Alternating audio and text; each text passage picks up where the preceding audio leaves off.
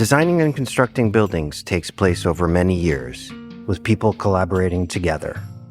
In the Brick and Wonder podcast, we have conversations with people who work together to realize a collective vision. Beginning this episode, we want to introduce Ravi Arps as co-host on the podcast. Ravi is the founder and principal of Plane, a New York City and Hudson Valley-based construction company. Ravi and I spoke with two people who have collaborated on 4 Brooklyn apartment buildings.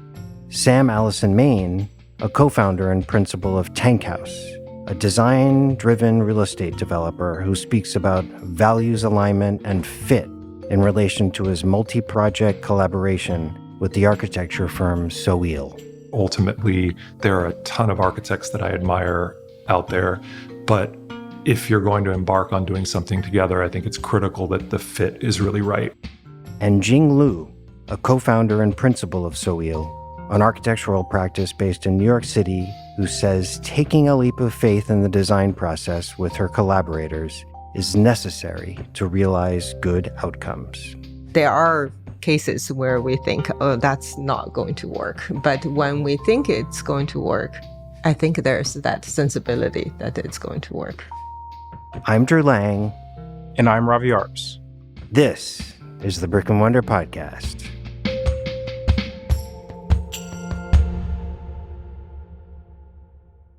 So I want to start off by welcoming Ravi to our inaugural podcast recording with him as co-host.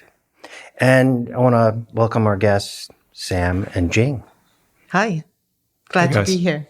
I'm glad to be here too. So, appreciate the tour earlier.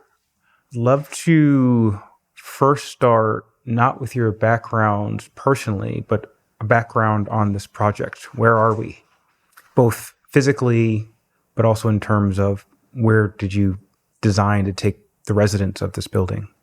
Well, just kind of laying out a bit of context, we are about 8 years into the formation of Tank House at the time that we started this project, and we are effectively starting project number 4 at our company, and that would be a 4th project with Soil. So we had designed our first project, or Soil had designed a project with us in the Gowanus Canal that was never realized. There was 2 subsequent projects, and then this would be number 4.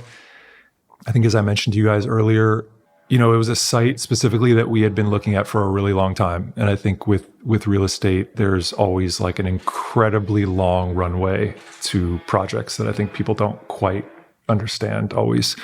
You see kind of, or you see or hear that a design process takes time, call that a year, maybe a little over a year. And certainly construction takes 2.5, whatever it is.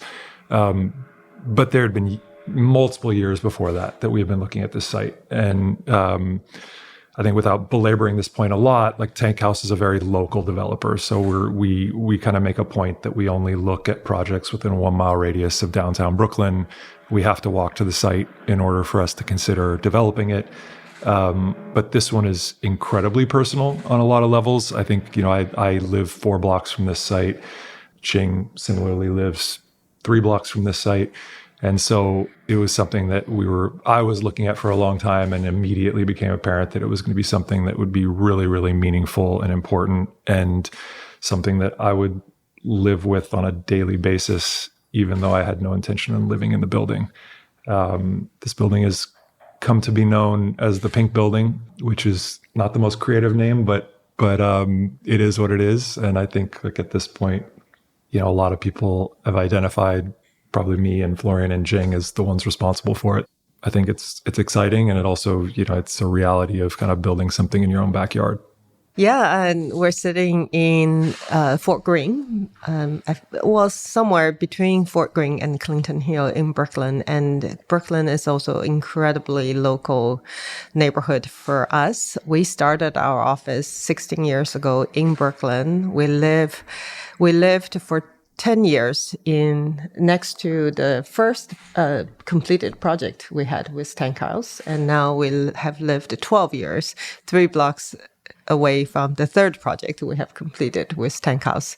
So Brooklyn as a context for us as an architect, especially experimenting with new types of living and new type of housing is a very important context, which maybe we'll get into it a little bit later. Tell us how the two of you came to work together. What's the story there?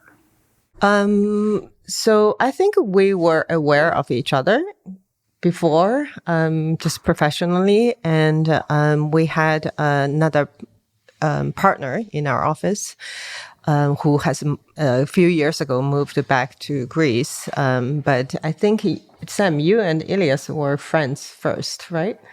Personal friends. Yeah. And then through that, you came to our office, and obviously we know of you, we know of Seba, and knew that was very excited that there were two architecturally educated and adjacent, people are.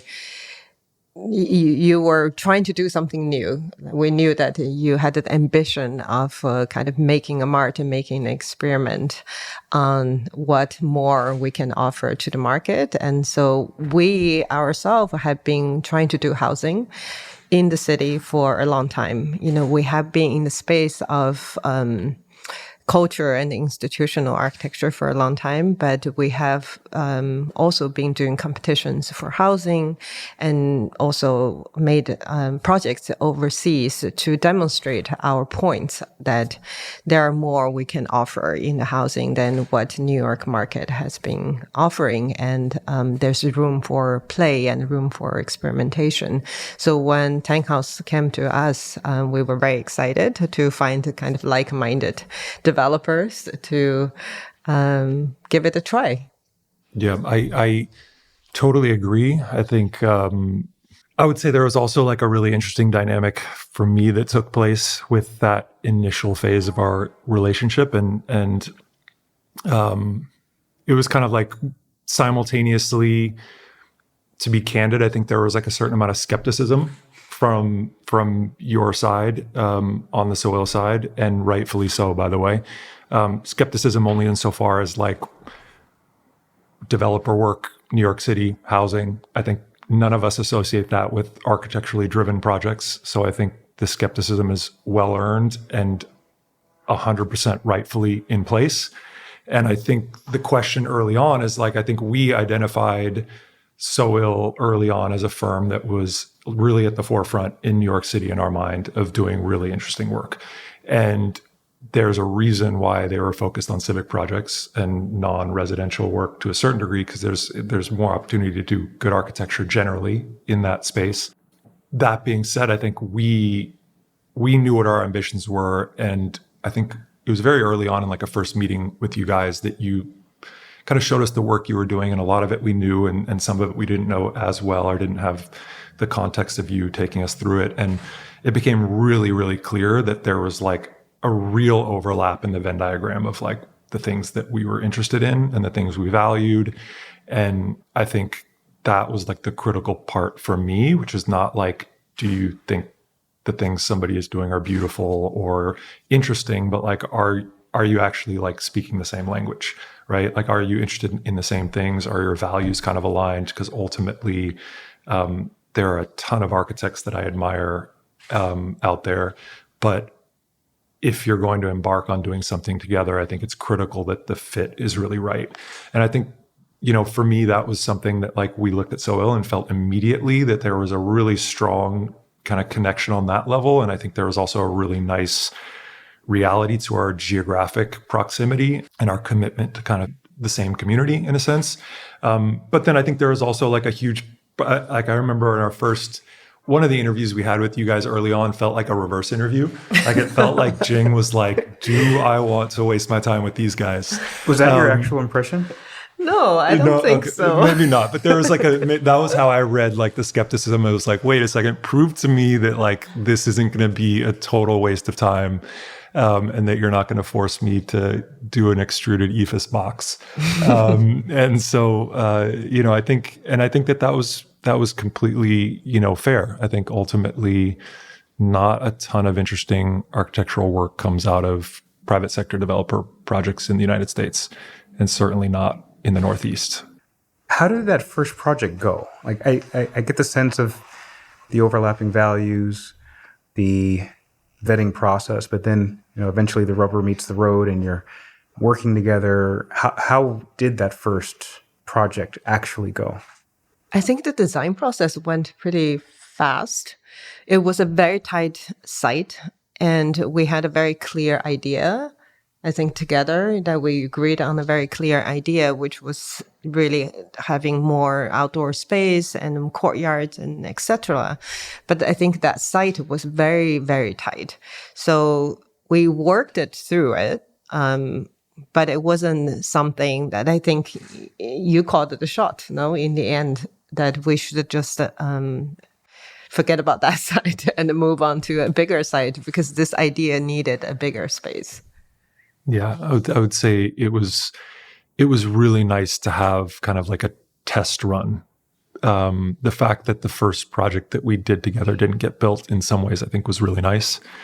It allowed us to kind of develop a relationship of how we were going to work together and kind of push through conceptually a project. And ultimately, whether or not that project landed at a place that we would have been happy with, either one of us, I think is to be determined. I think it was super interesting and had a lot of the same ideas that you see in Warren. I think ultimately the way I feel about it is that I'm actually kind of glad that it never happened. Like, it was a really useful process, and that when we started, we immediately transitioned from that process into 450 Warren and just basically picked up where we left off. And at that point, we had already developed kind of a lot of the relationship, a lot of the communication. Like, we knew each other a lot better, and kind of had established a hierarchy of our values. And that was really helpful. And I think it was one of the reasons why 450 Warren felt so successful. Mm-hmm. And I agree, the first site was imperfect. And we were really trying to squeeze a lot into, like all of these projects, we're really trying to squeeze a lot into them. And that site was really challenged and ultimately not kind of the ideal site for what we were trying to do. I think it would have been really interesting anyway, but I think the 450 Warren version was ultimately, I think, a better implementation of a lot of the things we were trying to achieve. And so, it's not often that your first time working with somebody gets to effectively be a test drive, and it was for us, which was actually great. And it was during that process we realized that we would have clients that would redline our drawings. Not just looking at it in a spreadsheet, but clients that would redline our drawings. Yeah. I think, for we better were or for worse. For better or for yeah, worse. exactly. Yeah. This podcast is sponsored by Madeira, offering an integrated collection of high-quality wood products. They provide seamless wood design that simplifies wood finish specification. My architecture firm has worked with Madeira on several projects where they provided wood material for flooring, doors, and cabinetry. Their product line and approach created an integrated result and made the process easier, not just for my team, but also for the project contractors and mill workers. I personally recommend Madeira. You can learn more about them at madeirasurfaces.com. Let's come back to this question that Jing pointed to, the fact that most developer projects fail. Why is that? I think it's precisely the precarity of balancing the two, right? You have the rational side of the development, which is all about the optimization, looking at the numbers and linear square foot, and all of that counting of the space. And then you have, I think a lot of developers, younger developers, look at one of those example projects and they think, I want to do that, right? That there is an emotional desire to want to do something good. But it often you have to understand what it takes, both the rational and the rational side of how to achieve that. And that, I think, precarity of that balance is hard to find. And we as architects, we understand that very much. So in all the projects, although people think that we're design architects and we only think about design, but we understand that it's very important to also control the budget, understand the relationship between each matters and dollars, which is abstract, matter, right? You have the physical matter and you have the non-physical matter, and then they have to talk to each other.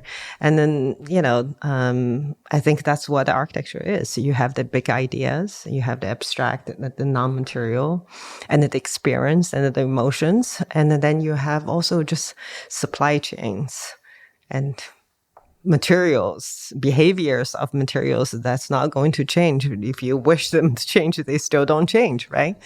And and the physical realities of things. Yeah. Yeah, I don't want to sidetrack us, but obviously there's a lot of developers out there that are probably succeeding from their own perspective. If what you're talking about is like building something fast, cheap, and making money, that's one version of success. I think it's not the version of success that I think Jing would be particularly interested in, or that I would be particularly interested in. So yeah, I would say the things we're doing here are we're definitely not making our lives easier by doing this. So what do you mean by that? I mean, building a building in New York City is really, really, really complicated, even if you're simplifying it for yourself as much as possible. So ultimately, there's so much friction in the process of, adding to the urban fabric of New York City that I think there's a good reason why a lot of projects stay pretty simple. And ultimately, I think part of our process is like adding complication. Good design does not happen easily, and it doesn't happen super fast. And I think it's worth mentioning that when I started this company, I didn't come to it with a ton of experience. I had built things, but from the development side, I was also learning. And I think one of the interesting things about working with Soil has been really like learning how much you have to have like almost just like a certain amount of confidence that you're going to find a solution, even when it's not clear what it is, or that it's like sitting there smacking you in the face, right? And like, I think a lot of people like to know what they're going to get before they've even started. And you want certainty and you want predictability. And when you head down the path, I think that we've done with our projects, I think there's like such an exploratory nature to it that early on, like the ideas are strong, but they're not resolved and they're not working super well early. And it takes just like a belief that you're going to get there. And I think there's like almost like a certain stomach you have to have for that process from my side. But it's not a blind belief. I believe that when you do take that leap of faith without all the evidence laid out on the table, you have a sensibility that it's going to be fine, right? Like I think in your stomach or in your head, it depends on which one you believe. There are kind of informations and that's already there. It hasn't completely been laid out yet, and it takes time for that to be laid out. But I do think that we don't. There are cases where we think, oh, that's not going to work. But when we think it's going to work, I think there's that sensibility that it's going to work. I mean, on that topic, or at least adjacent to that topic, what were some of the conceptual tensions that you guys worked through to bring this particular project to life, either with regard to its place in the neighborhood, its place, I mean, literally physically, socioeconomically, and how did you reach the solution that you ultimately reached? Maybe I can start by saying that, so we've been thinking of the idea of a housing for a long time, even before we started working with Tank House, because as people who didn't grow up in America, and you can ask many people who didn't grow up in New York, right, that they come to New York and they think, wow, how expensive it is and how shitty the apartments are, right? That's the general response, no matter if you're coming from Asia, Europe, South America. So, and I think that from the beginning of our career, which is roughly the same time that we moved here, we've always thought that there has to be something that can be done to this. As architects, that's what we think about, right? So the more we lived here, the more we learned about the regulation histories and obviously the economic realities of New York City, and understand where all these building typologies, the brownstones, and, the co-ops and the bigger buildings, why they arrived where they are. We still had somewhat a little bit of hope that there must be something in there that can be shaken loose a little bit, despite all the tight kind of matrix that governs it. And I think in the beginning, I talked about the context of Brooklyn. I do think that Brooklyn, a lot of the brownstone are not even maximizing its FAR because it's maximizing the efficiencies of buildings, right? And space. There's a little bit of room there. And I think what we always felt, and also because it's a low rise, a little bit more kind of, relaxed density in Brooklyn, we've always felt that there must be some room to play in Brooklyn.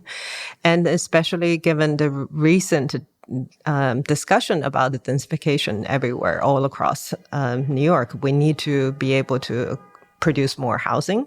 We need to upzone a lot of places. We've always felt that it would be nice to do a little bit higher density building in Brooklyn that do not lose this connection to the ground and to the outside, which everyone loves in the brownstone in Brooklyn, right? And that's something that is just lacking in New York.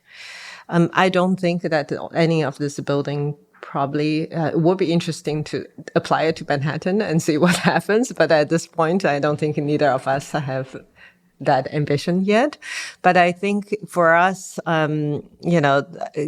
given this opportunity to really think about Brooklyn as a playground and as a place of experimentation, and how to see that you're optimizing for sure, right? We're basically maximizing the FAR, maximizing the building envelope, and trying to give the maximal kind of outdoor space and then kind of light and air to people and the people who live here. But I think it is a little bit more civic in scale, as you can see in this building. It occupies the corner. It's bigger than all the buildings around it, just a little bit, but it already gives that civic scale. So I think that's something that we were very fortunate to be able to achieve in some of these buildings. Yeah, I think, one of the questions for us, I think we obviously started off with a series of market rate condominium projects with Soil, the first three. And I think that there's a perception, some real, maybe some not entirely accurate, that like architecturally driven projects like the ones we're doing are kind of really only possible with market rate, want to call that luxury, whatever you want to call that, condominium housing. And I think that, like, to me, I do see there being, I don't know if tension is the right word, but challenges around the idea of pursuing architecturally driven work. And there's a separate one that has to do with scale. And I think the cost of the housing actually, I think, is like less tension and less concern to me than scale. I think if you were to ask me, I think there's more interesting social housing projects around the world than there are interesting luxury housing projects in New York City, by a long shot. So like the architectural interests of how you organize housing, I don't think is actually connected to construction costs necessarily. That being said, we've made decisions here in this site specifically that like we may not be able to make again if we were doing a different type of project. But I want to kind of disconnect that from like the work we're doing with Soil. I don't think is reliant on an expensive precast facade, right? And I think, but ultimately, I think like those tensions, those challenges to me are almost like a fly or a bug to light or however you want to say it. It's like, I'm actually drawn to those tensions. I think my biggest desire is to not keep repeating kind of the scale and type of projects that we've done so far. And I want to go to the stuff where the tension feels greater. So like, let's go do like housing that has affordable housing in it and kind of more complex programming. Let's intentionally go and try to do this at larger scale, because I know that that's a tension that actually is really, really challenging. I'm more afraid of scale than I am of the type of housing we're doing, because ultimately I think the goals that we have are in my mind, it takes a lot of work, but I think like I'm 100% confident that we could get there on any project type. I'm more curious on how that translates to scale, and like at a certain point, scale becomes your enemy and it becomes really, really hard to grapple with that issue. But I think that's all the more reason to go run towards it, because that means it's actually interesting.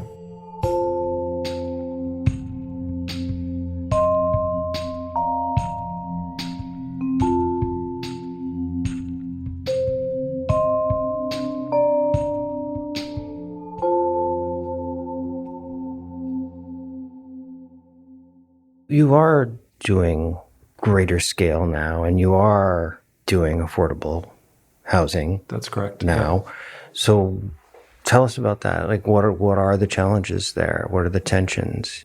I think we get a sense of why you're going there, but what are you finding? How is it?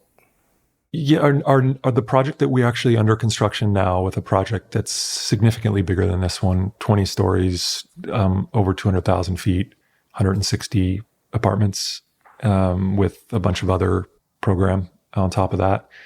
So definitely a big jump up in scale, without a doubt. And I would say that the tensions still exist. It's still something like, from a budget standpoint, that's always going to happen in any type of project you're doing. We have to be very, very careful about the moves we're making and how we're going to pay for them. And the budget is even more inflexible as the project scale gets bigger and you're doing things like rental and affordable housing.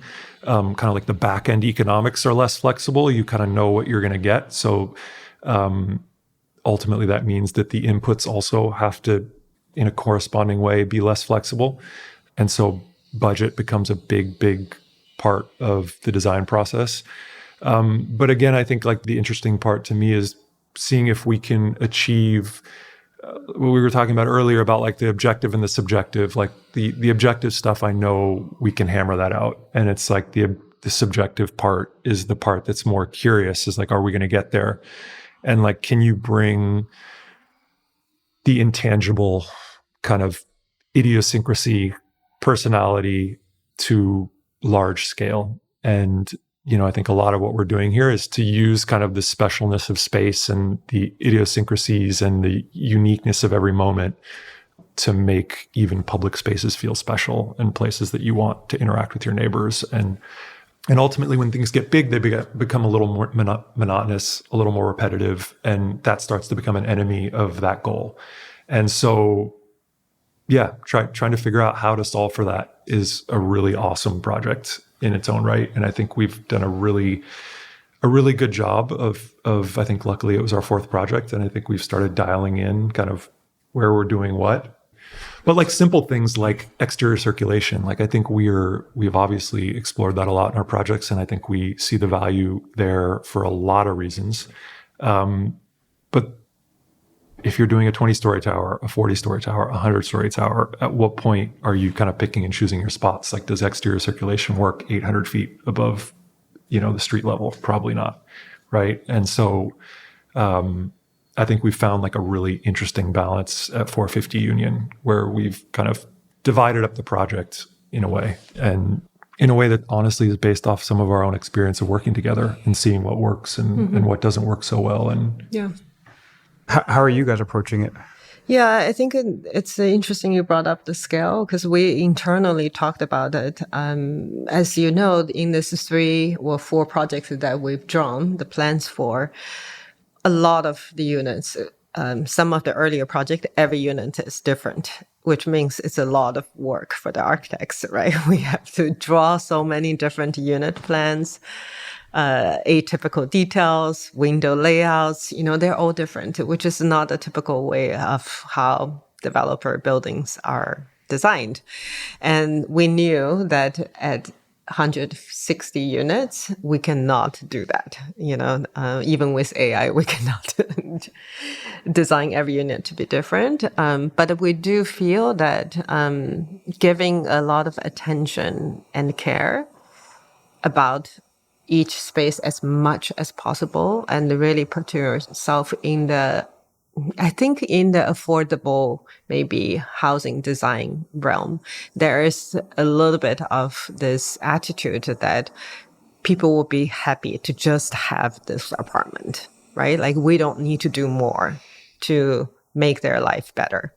I do think that that's a really, really pervasive attitude that we have to demonstrate to people through this project, that actually you can do a little bit better than that. And I think, with breaking up of the buildings into different sections and giving attention as much as possible to each of these neighborhoods, smaller neighborhoods within the buildings, and thinking about the window orientations of each unit, I do think that those attention and care will translate ultimately into the experience of the people living there. You talk about windows, you talk about differentiation within spaces, you talk about a desire to do more, particularly within the affordable housing domain. You're talking about exterior circulation. What's driving this fervor to put a stamp on New York City? It's hard enough to do business here at all. You mentioned not making your life any easier. Why are you doing things to make your life harder? Is there something about the way that you collaborate that you drive each other, or you don't let each other off the hook? Are you that way anyway? Does it come from this civic mentality? What is driving your creative efforts? It's mostly Jing's creative efforts, but I would say that first and foremost, I want to do my job well. We started our company and, it was very clear to us what we were setting out to do. And I think we felt like, despite the fact that New York is one of the most competitive markets in the world, and that, logic tells you that competition typically, breeds good solutions, it felt odd to us that housing was particularly awful and that there weren't a lot of good ideas being explored about how housing could be done better.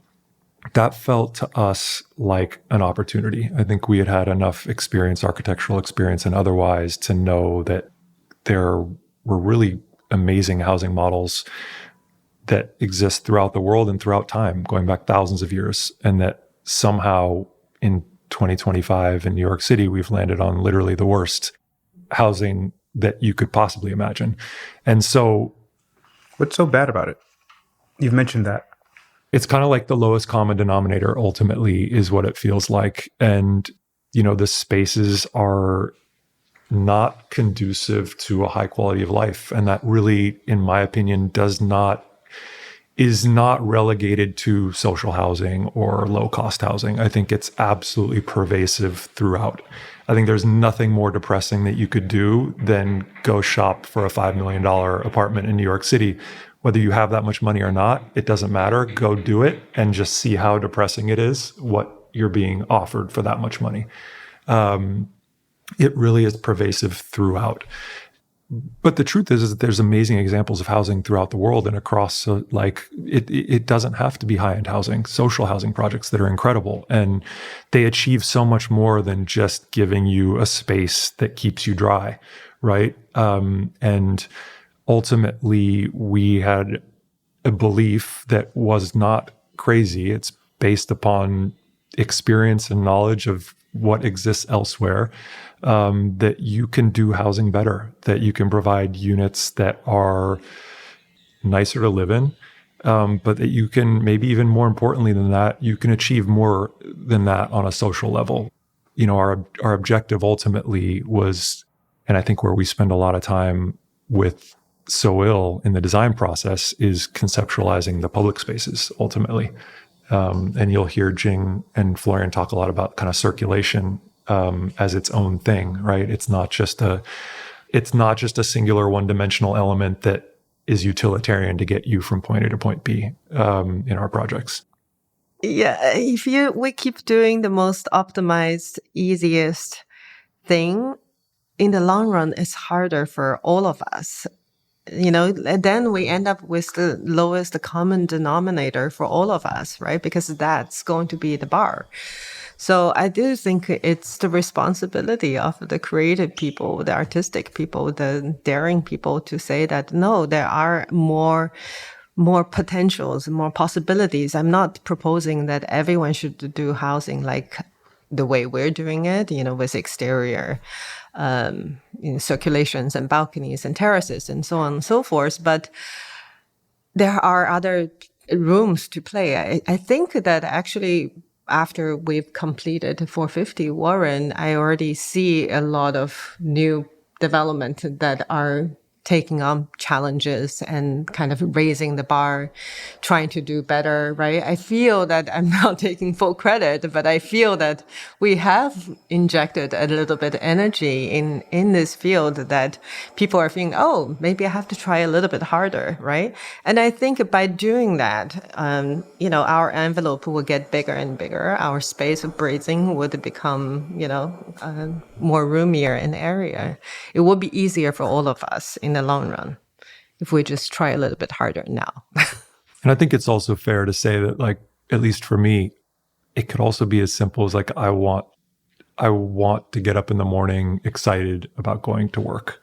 So it's also not like this giant civic philosophical kind of like, it is some of that too, but like there is something as simple as just like, I want to be interested in what I'm doing every day. Like I want to be excited to get into the office and I want to love what I'm doing. And I don't want that love to be there for 6 months. I want to continue to be excited about what I'm doing for 30 years. I don't see a path towards that type of feeling about my work if we're not pursuing interesting projects ultimately. This podcast is sponsored by Riley Architectural Windows and Doors. I have personally worked with Riley on several projects, and they've become a go-to partner for me and my architectural firm. Their team is warm, responsive, and technically outstanding, from the ownership to the project managers and through to the fabrication team. They make custom hardwood and metal windows and doors with true artisan-level craft at their shop in Calverton, New York. And they handle everything from design support to installation and maintenance across the United States.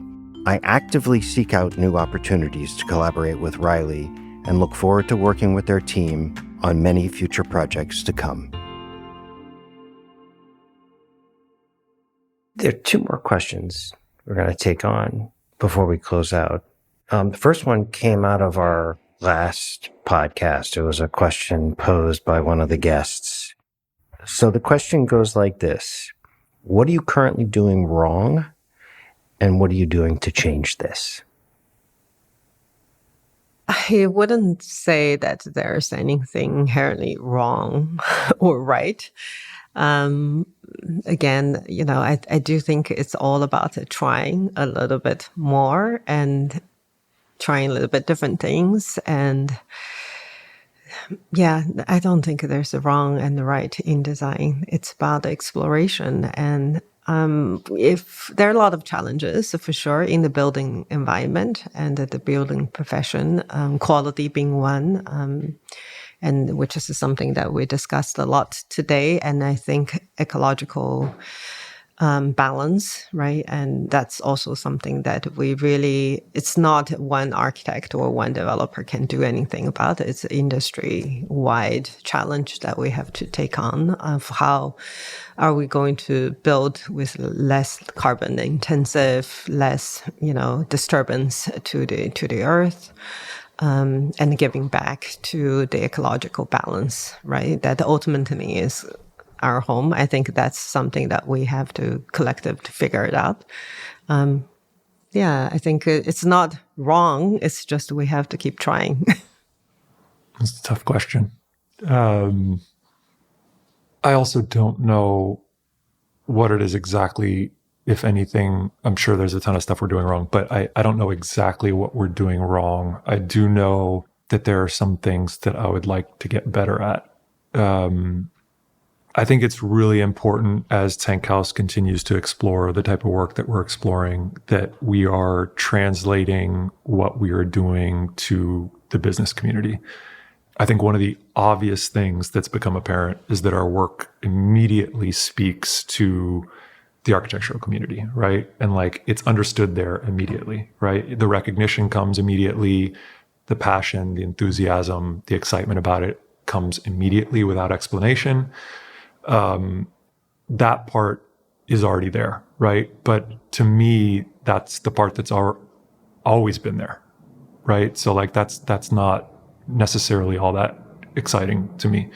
I think the challenge from my perspective is probably quite a bit different than Jing's. And like as a real estate developer, I think we literally started the company with the intent to prove that good design is good business, and to prove that development, which ultimately is business, can be done thoughtfully and successfully with this approach. And so, I think to a certain degree, to be candid, I think there's still a sense or a feeling that like the work we're doing is just kind of like only interesting to people that have like design sensibility, and that maybe the business side of, which is most of real estate development, is still kind of not convinced, let's say. And while, to Jing's point, while I think we are seeing some projects that feel like they've taken some inspiration or some courage from what we've done and tried to like, also kind of contribute in really interesting ways recently. I do feel like we need to do a better job, or I need to do a better job at some point on figuring out how to like translate this into another language. And that's like the language of business, which ultimately I think it's like one of the reasons why, in my opinion, so many of these processes are fraught in New York City, is that like it really feels to me like people are speaking different languages. And maybe it's one of the reasons why our relationship with Soil is pretty functional, is that we do share enough common language where I think maybe a lot of times like the business community and the architectural artistic community are kind of speaking different languages. And I think we firmly believe like what we're doing does make a ton of sense, and it does make a lot of business sense. And I think we need to do a better job of speaking that language and addressing that side of things. I'll give you an anecdote. I won't name the developer, one of the most prominent developers in New York City's office. And we were just talking about our project, and they were maybe interviewing us for a potential project. And then they had all their exec come to the boardroom, and we showed 450 Warren and J Street and this building. And then they were like, look at this, as if it's like some animals in the zoo, right? It's like, look at this. And they were so excited about it and kind of poking and pointing at it. And in the end, one of the executives held up a paper and said, I summarized the whole thing. It's inefficiency. And I said, efficiency for what? Right? I think that really sums it up. So you didn't get the job? No, we didn't get a job, and probably for good. But yeah, I think that's the root of the problem for me. That this relentless drive towards efficiency and optimization at the expense of everyone's quality of life. Right? What is a question you have that you would like answered by colleagues in our industry? So if you could ask fellow built environment travelers a question, what question would that be? I mean, we talked a lot about development challenges in New York City. I think as architects, and you coming from a construction background, I think New York construction is also another big challenges. How chaotic, how dysfunctional it is at a certain scales, right? So maybe I would like to ask the fellow built environment professionals about maybe what is your big wish for just construction, like as developers, as architects, what would it be one thing in the construction you just hope that this would go smooth? One of the things that I've noticed in the short time that I've done this is that on the one hand, there's like a lot of resistance to kind of complicating process. And I do wonder why there isn't more of an openness toward kind of doing more meaningful work and the hard work that it takes to do that work from everybody. Because I think one of the things that's been really interesting to notice is that, like, even though there is resistance at times to that extra work, there's also pretty consistently like a level of satisfaction that you see out of everybody by doing it. And it's somehow like maybe almost kind of catches you off guard the first time it happens, where you're working with a subcontractor or a contractor that feels like antagonistic Proud. in some ways Yeah. towards what they're doing. And they're like, oh, the fucking architect this and fucking architect that. And it's just like a big problem, everything, right? But then all of a sudden you sit back and you watch construction unfold and you start noticing that those people are bringing their kids to the job site and showing them what they did. And they're super proud and really, really excited about what they've just done. And so like out of one side of their mouth, they're complaining constantly and it's a problem. And then on the other, they're clearly deeply proud and enjoying what it is that they're a part of. And I feel like I see that kind of over and over again. Yeah, So no, I just Sam, have, I like- think you have talked a lot today about we're making things complicated and difficult. There's all this extra work and we should brand it differently. We should rebrand this. Maybe I'm doing a bad job. Maybe this is working This is against what I fun. said earlier, that I need to speak to the business community. So maybe that's working against myself there. So I definitely like going back to what am I doing wrong? Clearly doing that wrong. Rebrand. It's a lot of fun and it's really meaningful work. It is a lot of fun, but Yeah. I think you have to find, it has to be something that you find fun, which I think we both do. And I honestly think that like most people honestly do at the end of the day. Mm-hmm. And I guess that's the point that I was getting at, is that like there's a lot of resistance up front, but then like you see that there's a lot of joy and a lot of satisfaction that comes out of it, not just for Jing and I, for everybody involved, right? And a lot of pride. And so my question is like, why is the initial part a fight? I don't know. Is that a real question or a rhetorical question? I don't know. What? Sorry, not a great Depends on who question. you ask. Let's take it as a real question. So thanks so much for the conversation. This was fun. Awesome. Yeah, Thank you. Great.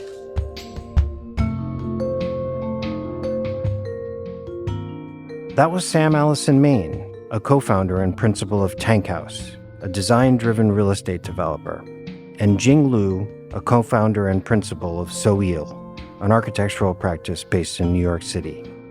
The latest Tank House and Soil project currently underway is a large-scale apartment building, including affordable units. Thanks so much for joining us. If this episode resonated with you, the best way to support the show is to share it with a friend or colleague, someone you think would appreciate this conversation as much as you do. And if you haven't already, please take a moment to rate and review Working Together on Apple Podcasts or Spotify. It really helps new listeners find the show, and it means a lot to us. Thanks for being part of the conversation, and until next time, keep building, keep questioning, and keep working together. The Working Together podcast is produced by the team at Radio Kismet, including Christopher Plant and Justin Berger. The production and editing staff also included Brick and Wonder team members Ed Thompson, Carrie Potter, and Roya Osuli. I'm Drew Lang, and you've been listening to the Brick and Wonder podcast.